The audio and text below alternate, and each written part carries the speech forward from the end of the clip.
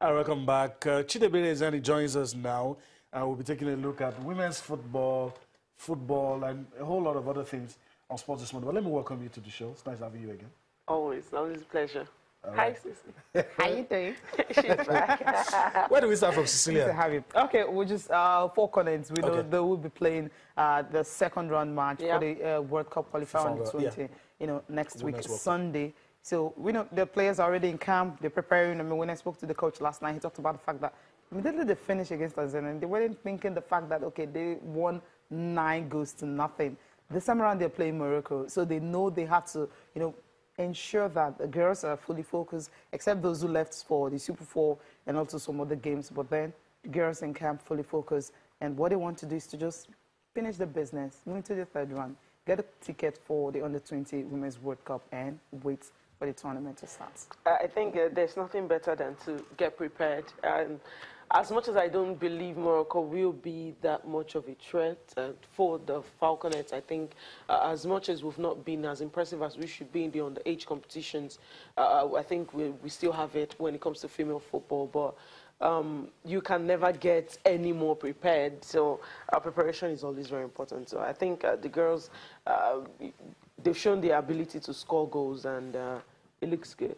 Is our dominance challenged at age grade? Because some of those teams seem to be doing the right thing, South Africa, maybe Ghana, but we always still get the job done.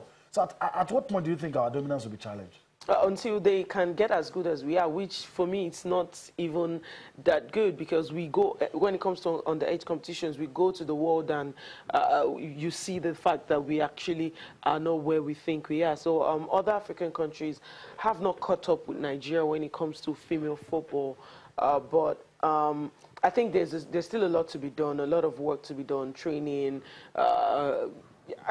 As much as we dominate Africa, I think we should be looking beyond Africa now instead of just sticking to, the continent. Yeah, you talk about the fact that we dominate Africa. I just want to cast my mind back to what happened to Ghana against France. While we were watching the FIFA Best Awards, the Ghanaians were getting beaten by France. Talking about their senior team now. It was a friendly game. We know they're hosting the next championship, but then they decide to be active.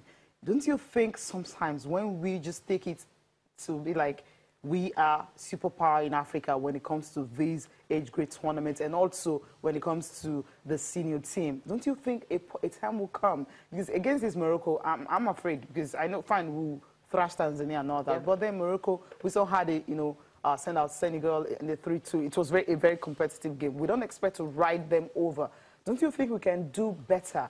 Because I feel just having the girls around, playing the likes of CR1 and playing academy squad 1, academy boys and all that, getting victory over them would not just be enough. Sometimes they need to test their minds against a superior opponent before these games. It makes them better.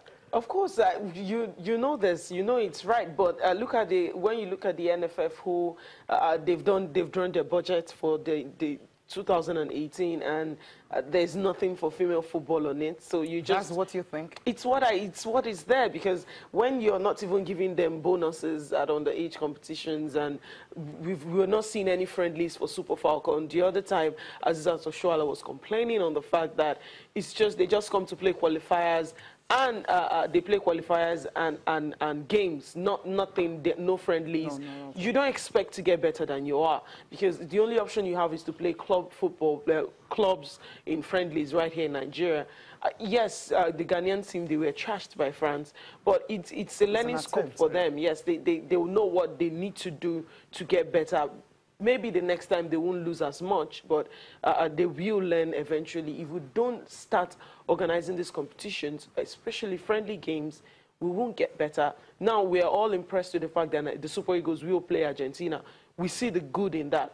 Probably get one other European team to play.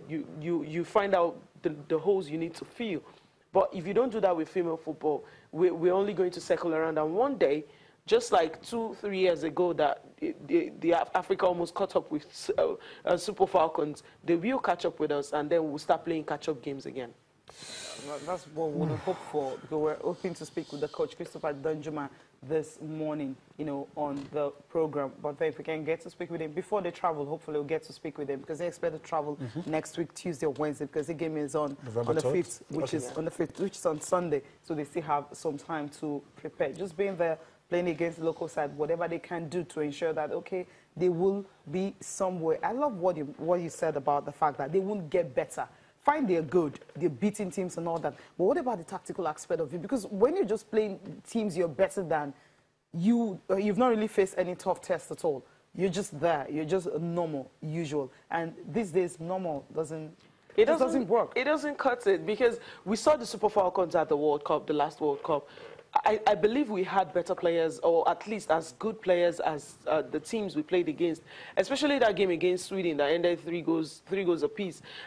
You look at the tactical side of the game. Thank God, okay, we're talking the Super Falcons now. They have a manager that I believe is a little bit tactically better than what we had at that particular World Cup. Now, you're talking the kind of impacts the players have, the kind of education they get, which goes back to grassroots football in Nigeria. As a young player, before you're age 16, you've probably had like 6 or 7 coaches, which doesn't do anything for your football, your development in the game.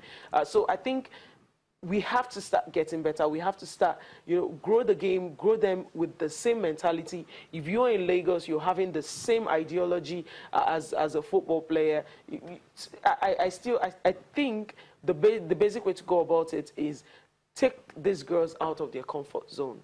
Okay. And allow them play girls who are better than them. Organize friendly games with maybe the South Americans who they are fast-paced and ready to play, or the technical Europeans. Maybe we'll get to learn from there. All right. I think I actually like that, because that's the only way we can get better and not just remain where we are. Now, Assistant Shola has been talking about how you can allow the girl child to play football. Girls who are interested in the game, parents should also always allow them to do that. And if they can do that, why not? You don't get to kill this talent. They get to have a future in the sports.